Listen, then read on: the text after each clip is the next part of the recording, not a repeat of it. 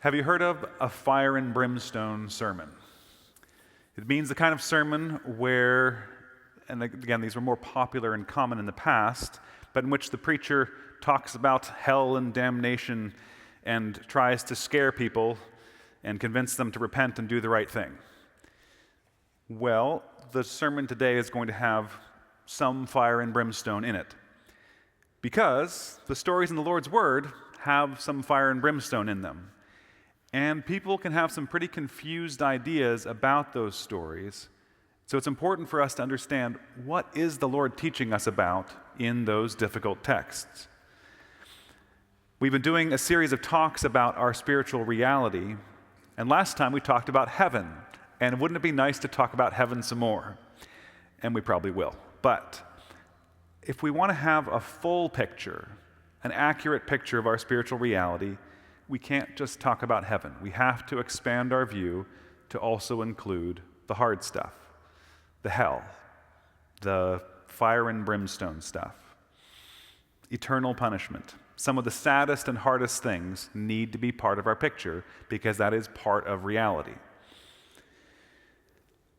As a way of getting into this topic, I want to look at a story from the Lord's Word that can help us to approach this story in a useful way.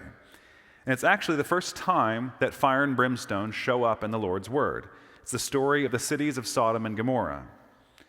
In the literal sense of the story from Genesis, it says that the cry of Sodom and Gomorrah had become great, and their sin had become very heavy.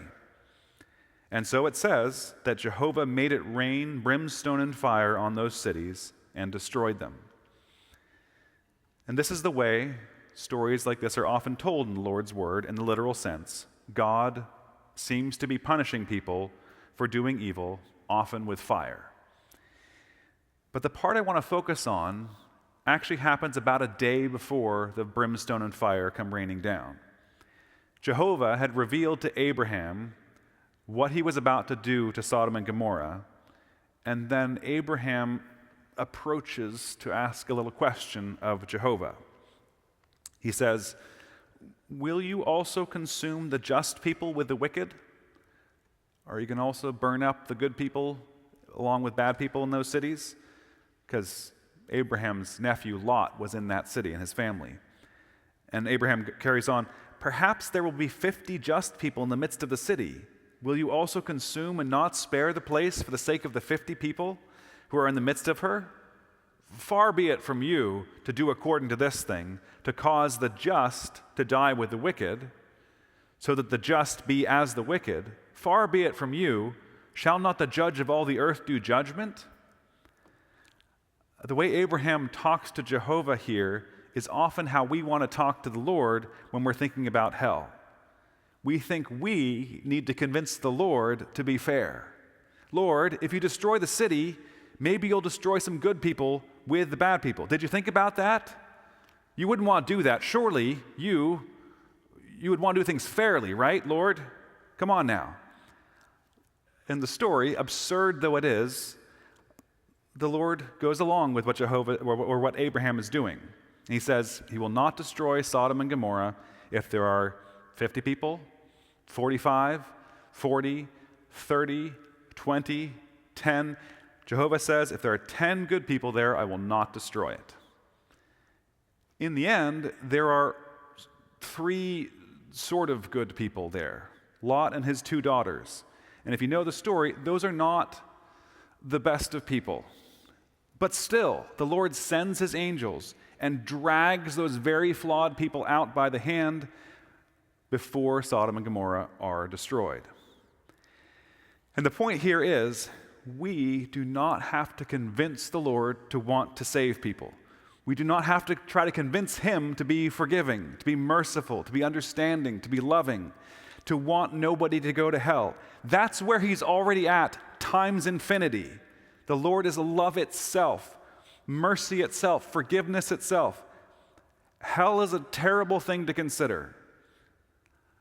But as we consider it, because we must, let's try to hold on to this reality about who the Lord is and his mercy and his love. That is the context in which hell exists. if we can understand it properly. So, with that, to get us thinking in the right sort of way, now here's an outline for this talk. We're going to begin by asking the question, does hell exist and what is it like? And we'll look at two sources of evidence.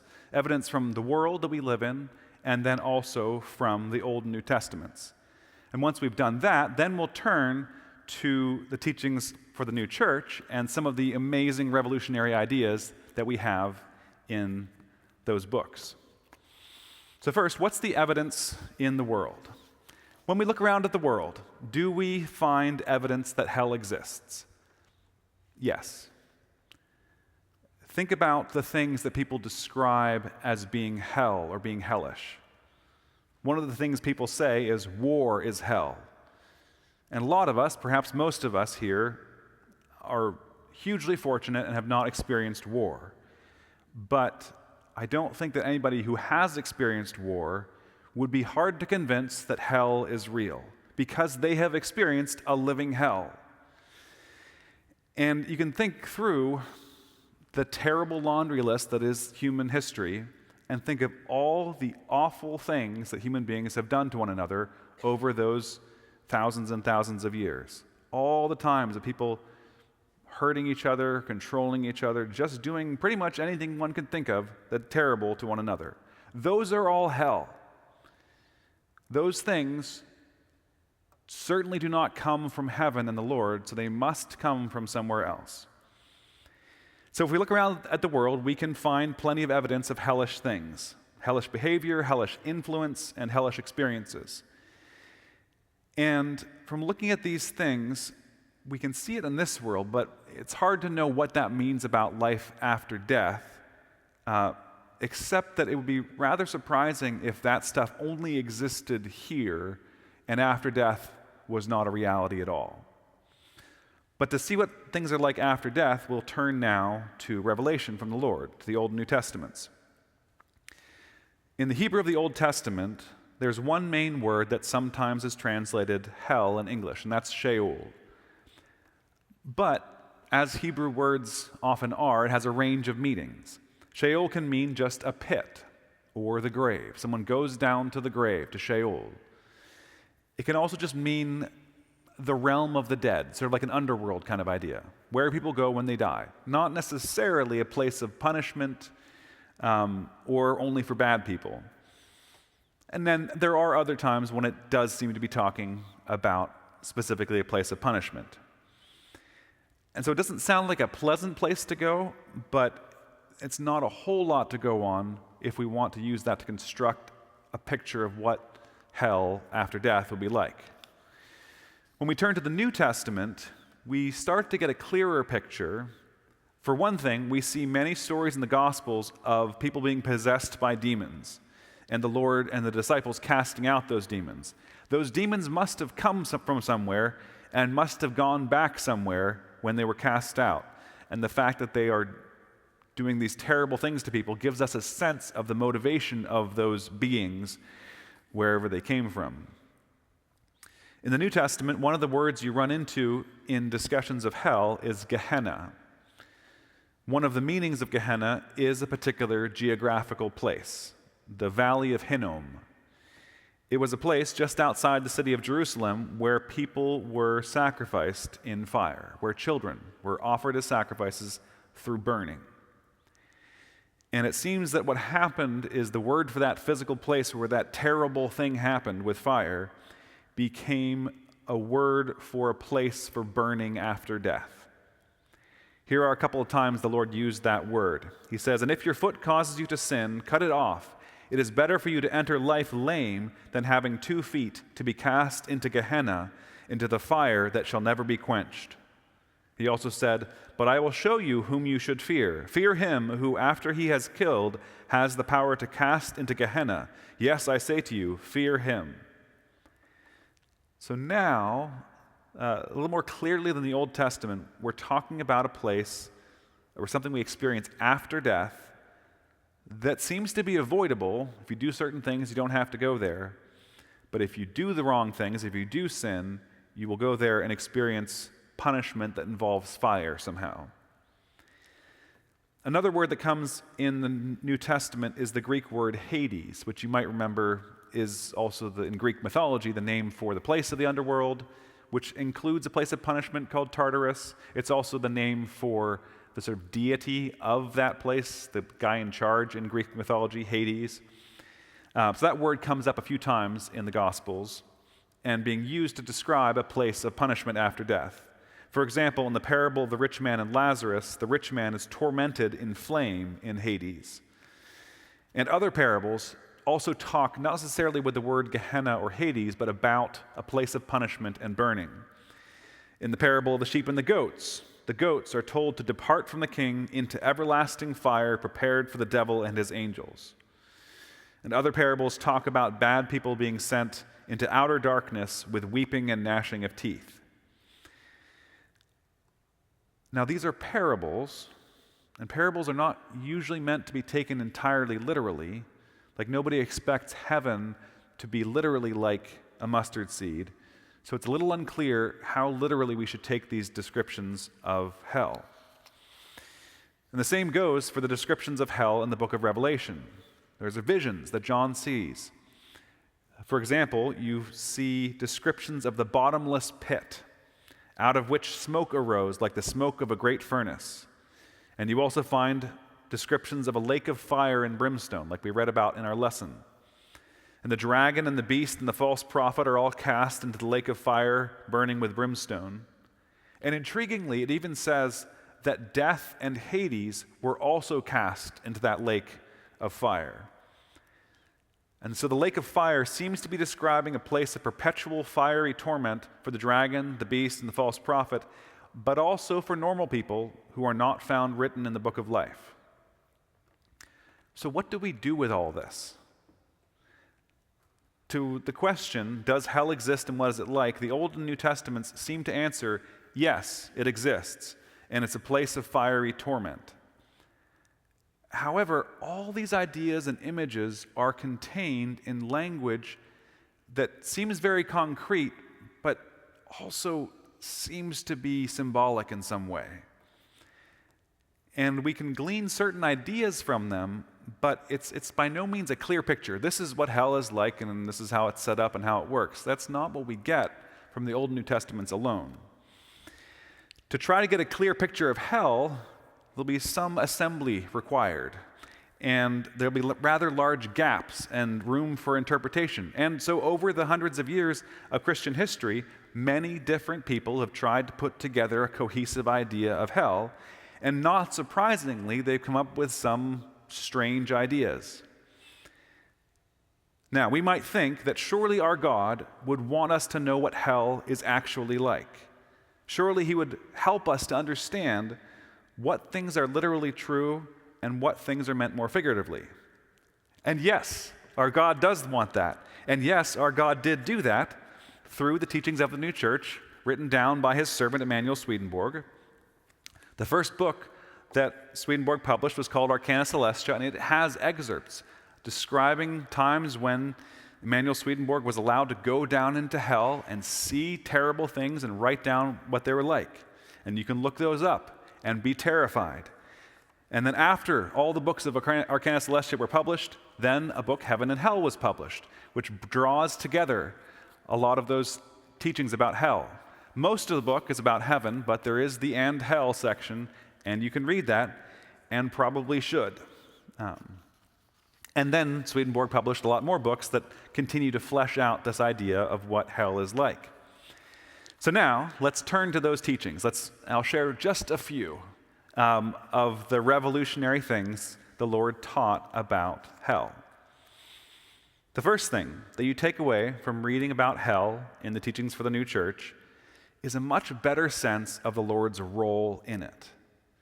As we read in our first lesson, the Lord never turns his face away from anyone or spurns anyone, never casts anyone into hell or is angry. The Lord loves all people, including the absolute worst evil spirits in the worst of all the hells. Those people are still his children. He still cares about them. He still loves them desperately. He's constantly working to bring every person into as much order and as much happiness as possible. The teachings for the new church say the Lord's love surpasses all human understanding. We can't really understand just how loving he is, but we can get some sense of it from how his angels are. Listen to this description of how the angels relate to the evil spirits in hell. One passage says this: "To save a soul from hell, the angels think nothing of giving their own lives. Indeed, if it were possible, they would suffer hell themselves in place of that soul." So if that's how the Lord's angels are, inspired by his love, how much more so would that be the Lord's approach? If it were possible, if he could save even one person from hell, he would put himself in that place. So hell exists not because the Lord wants it to, but because people insist on turning away from the Lord. And to be away from the Lord is to be in hell. To be away from love and kindness and generosity and goodness is to be in hell. And the only way people end up in hell is because they choose it over and over and over again. And even still, the Lord still cares for them and tries to make their lives a little bit less miserable. "If I make my bed in hell, behold, you are there." Now, another thing that's important to know that the teachings of the new church make clear about the Lord's role is the Lord is in charge of hell. There's not some big devil in charge of hell. No, the Lord is in charge of everything. He's also in charge of hell. And he keeps it carefully under control to protect people who are outside of hell from the influence of hell as much as possible, but also because he cares about the people in hell and wants them to have as good a life, as orderly a life as possible, even as it is also misery. Now, another thing that becomes very clear as you read about hell in the teachings of the new church is that hell is terrible. Maybe this is obvious, but hell is hell. People there are absolutely vicious, heartless, without conscience, without any concern for what is good and right. If you read about hell, you will likely come away with a feeling of horror and grief. Here's one description of the differences between heaven and hell. "Just as love to the Lord and love towards the neighbor and the resulting joy and happiness constitute heaven, so hatred against the Lord and against the neighbor and the resulting punishment and torment constitute hell." It's so sad that anyone would choose hell over heaven, choose hatred over love, choose punishment over joy, and yet some people do, and it's tragic to read the descriptions of what their lives are like. Now, speaking of punishment, another important revolutionary idea about hell is what we read in our final lesson. You will not be punished after death for the bad things you did in this world. A lot of people think the way it works is that you do some good things and you do some bad things in this life, and if the math of that means that you did a little bit more bad things, then after death you're going to be punished and beat upon eternally for those bad things that you did. This is not how it works. That's not how a loving God would set things up. Our final lesson, the one that we read, and that's also in your pamphlet, so you can take it home and study it and treasure it, explains how it really works. It says, "No one in the other world suffers punishment on account of the evils they had done in this world, but only on account of the evils they then do." And this is so merciful, so fair, so kind of the Lord. The Lord is not looking to get us back for all the bad things we've done, but he also can't protect us from the inherent consequences of doing evil. If I choose to hurt other people, it's going to hurt me. In this world, I might not realize that that's happening because things are less clear in this world, but after death, we immediately experience the punishment inherent in the evil that we do, immediately and clearly. One way to think about it is to think through what we do when we are figuring out how to do evil. If I want to do something evil, maybe somebody hurt me and I want to hurt them back, I want to figure out exactly what words to say to really get them, I invite a whole bunch of evil spirits into my house, into my office, into my bedroom, into my mind. And these people are really good at getting revenge. And we brainstorm together. They come up with some great ideas for how to say just the right thing that's going to hurt the most. So helpful. Great to have you guys. And then they stick around is the thing. Then they're in my house, in my mind, in my bedroom. And guess what? They don't love me. They hate me too. So they're going to tell me all sorts of terrible things about me. They're going to get revenge on me. And anybody around me that I might like today, they're going to tell me all sorts of terrible things about them. So when we invite hell in, then hell is with us. And all the scary descriptions in the Old and New Testaments of flames and torment and a lake of fire and brimstone are symbolic language for what it's like to be consumed by hellish desire, to have all that hellish influence flaming up and burning within us, burning with hatred and revenge, burning with lust, consumed by the fire of our selfish ambition or our desire for control. These are not things the Lord wishes for us in the slightest, or that he inflicts on us. We choose them, and as we choose them, man, do we feel the effects of that burning. And so our job in this world is to work to become the kind of people who would not choose to do evil things. And then we won't experience the punishment that's inherent in those evil things in this natural world, and we also won't experience it after death. Another important thing to know about hell that the teachings of the new church reveal is there's huge variety in it. One person's experience of being in hell is very different than the next person's, or it can be. There are many levels of hell, many different communities of hell, depending on what people love and depending how deeply they've chosen that evil.